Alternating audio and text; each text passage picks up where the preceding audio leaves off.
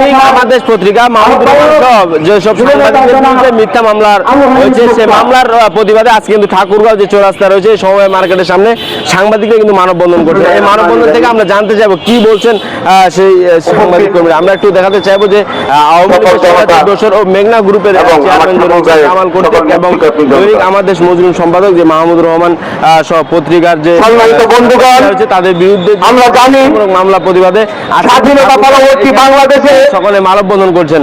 মানববন্ধনে আমরা শাসনতন্ত্র কায়েম করার লক্ষ্যে ঠাকুরগাঁও জেলার সাংবাদিকরা আজকে এই রাজপথে নামছে এই সাংবাদিক মাহমুদুর রহমানের বিরুদ্ধে মামলা করার কারণে। আমি আশা করবো বালিডাঙ্গির পক্ষ থেকে, বালিডাঙ্গিবাসীর পক্ষ থেকে আগামী এই দ্রুত সময়ের মধ্যে মামলা প্রত্যাহারের আহ্বান জানাচ্ছি। সুতরাং সাংবাদিকদের নিরাপত্তা দেওয়া, নির্বিঘ্নে সংবাদ সংগ্রহ করা, এই নিরাপত্তা দেওয়ার দায়িত্ব রাষ্ট্রের। সুতরাং আমরা বলতে চাই সাংবাদিকদের যেন আর কোথাও লাঞ্ছিত না হয়, মিথ্যা মামলা নিয়ে উদ্দেশ্য প্রণোদিত ভাবে কেউ যেন আর হয়রানি শিকার না হয়, এই জন্য রাষ্ট্রের প্রতি আমরা জোরালো ভূমিকা রাখার দাবি জানাচ্ছি। জুলাই গণঅভ্যুত্থানের পর আল্লাহর অশেষ রহমতে মাহমুদুর রহমান ফিরে এসেছেন। আমাদের পত্রিকা আবার পুরানো চালু হয়েছে। আমার দেশ তার সর্বভাবে তার কার্যক্রম চালিয়ে যাচ্ছে। আমরা আশা করেছিলাম এখন হয়তো স্বাধীনভাবে কাজ করার একটা সুযোগ এসেছে, কিন্তু না, কি দেখছি আবারও সংবাদপত্রের কণ্ঠরোধ করার জন্য আমার দেশের সম্পাদক সহ সাংবাদিকদের বিরুদ্ধে একের পর এক মিথ্যা মামলা দিয়ে আবারও কণ্ঠরোধ করার চেষ্টা চলছে। আমরা বলতে চাই মাহমুদুর রহমানের বিরুদ্ধে যে মিথ্যা মামলা দায়ের করা হয়েছে এটি উৎকণ্ঠ রোধ করার জন্য আরেকটি কৌশল। কিন্তু যারা এই কর্মকাণ্ড করেছে তারা জানে না যে সাংবাদিকদের কণ্ঠ কখনোই রোধ করা যায় না। আমি অবিলম্বে এই মিথ্যা মামলা প্রত্যাহার করে তাকে সম্মানিত করা হোক। তা না হলে আজ ঠাকুরগাঁওবাসী এই রাস্তায় নেমেছে, সারা দেশে সংবাদকর্মী সহ সকল শ্রেণী পেশার মানুষ রাস্তায় নেমে এর প্রতিবাদ জানাবে। আমরা আজ দাঁড়িয়েছি আমাদের এই সহকর্মী ফজলিমা বুলবুল, তিনি যে হাউজে কাজ করেন সেই পত্রিকার সম্পাদক মাহমুদুর রহমানের বিরুদ্ধে মামলার প্রতিবাদে আমাদের এই মানববন্ধন। একজন সম্পাদকের বিরুদ্ধে মামলা দায়ের, মামলা করার অধিকার প্রতিটি মানুষ রয়েছে। আপনি যখন দুর্নীতিবাজ, আপনি যখন দুর্নীতি করবেন, তখন যখন সংবাদকর্মীরা নিউজ করবে আপনি তার বিরুদ্ধে মামলা করবেন। সেই প্রতিবাদেই আমাদের আজকে মানববন্ধন। ঠাকুরগাঁও প্রেস ক্লাব তথা জেলার কর্মরত সকল সংবাদকর্মী এই মানববন্ধনে তীব্র প্রতিবাদ জানাচ্ছে এবং ঘৃণা জানাচ্ছি। যাদের বিরুদ্ধে সংবাদ প্রচার করেছে আমার দেশ, আপনি নিজে বলতে পারবেন আপনি সৎ না অসৎ ছিলেন, সত্য নিউজ প্রকাশিত হয়েছে না মিথ্যা নিউজ প্রকাশিত হয়েছে, প্রিভিয়াসই তার সত্যতা প্রমাণ করবে। আমি বলবো না আমার দেশ সঠিক নিউজ করেছে কিনা, তা পাঠকরা পড়লেই বুঝতে পারবেন কার বিরুদ্ধে করেছে। যারা বিগত এই অত্যাচার এবং স্বৈরাচার সরকারের দোষর ছিলেন, তাদের যারা সহায়তা করেছেন, তাদের যারা মদত দিয়েছেন, তাদের অনেক রোলের বিড়াল বেরিয়ে আসছে আমার দেশ পত্রিকার সংবাদের মাধ্যমে। আমরা ঠাকুরগাঁও প্রেস ক্লাব, আমরা জেলার কর্মরত সকল সংবাদকর্মীরা এই মামলার তীব্র নিন্দা জ্ঞাপন করছি।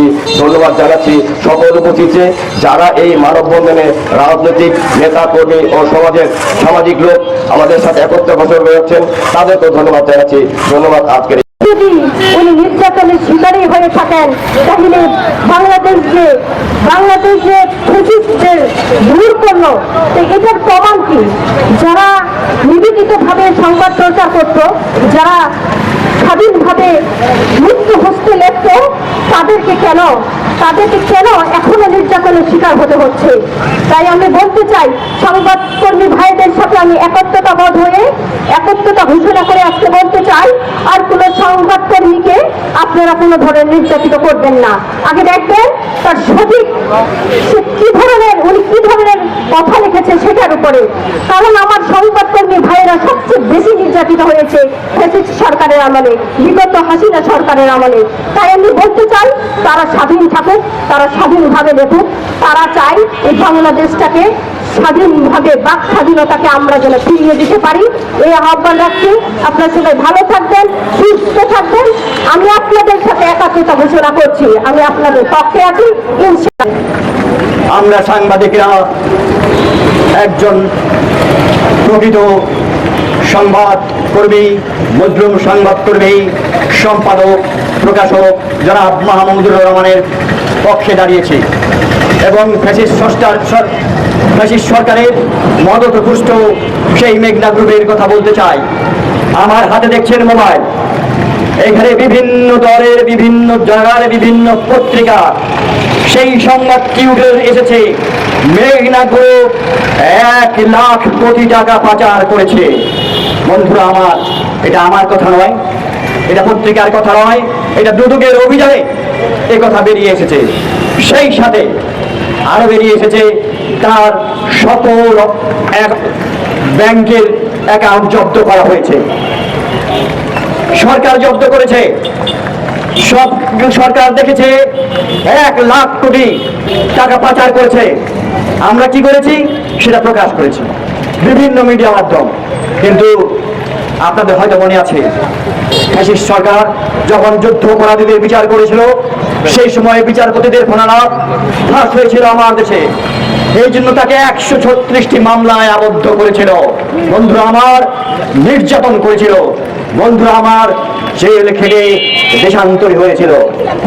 কিন্তু যখন আপনার 5ই জুলাইয়ের 36 জুলাই বিপ্লব ঘটেছে, আমার দেশের মাটিতে দেশের সেই প্রিয় সন্তান এসে শুরু করেছে তার লেখনী কাজ দৈনিক আমার দেশ।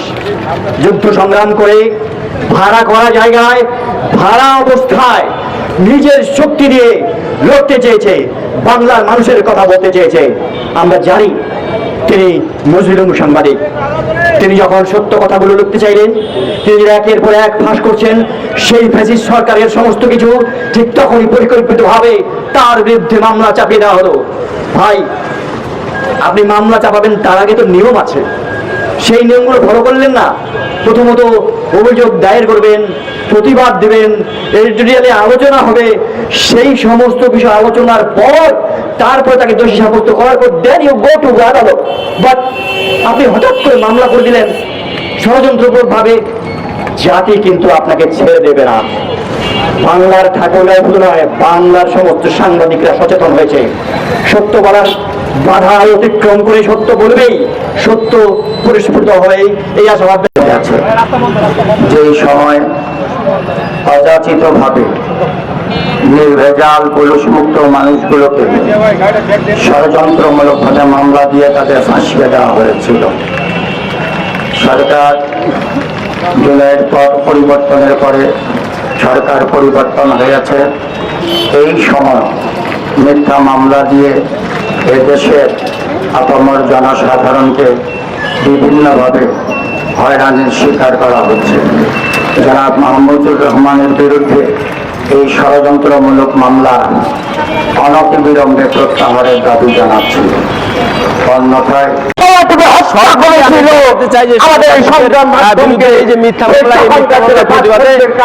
এই ছিল আসলে আমাদের ঠাকুরগাঁও সময় মারের দেশ আব্দুল্লাহ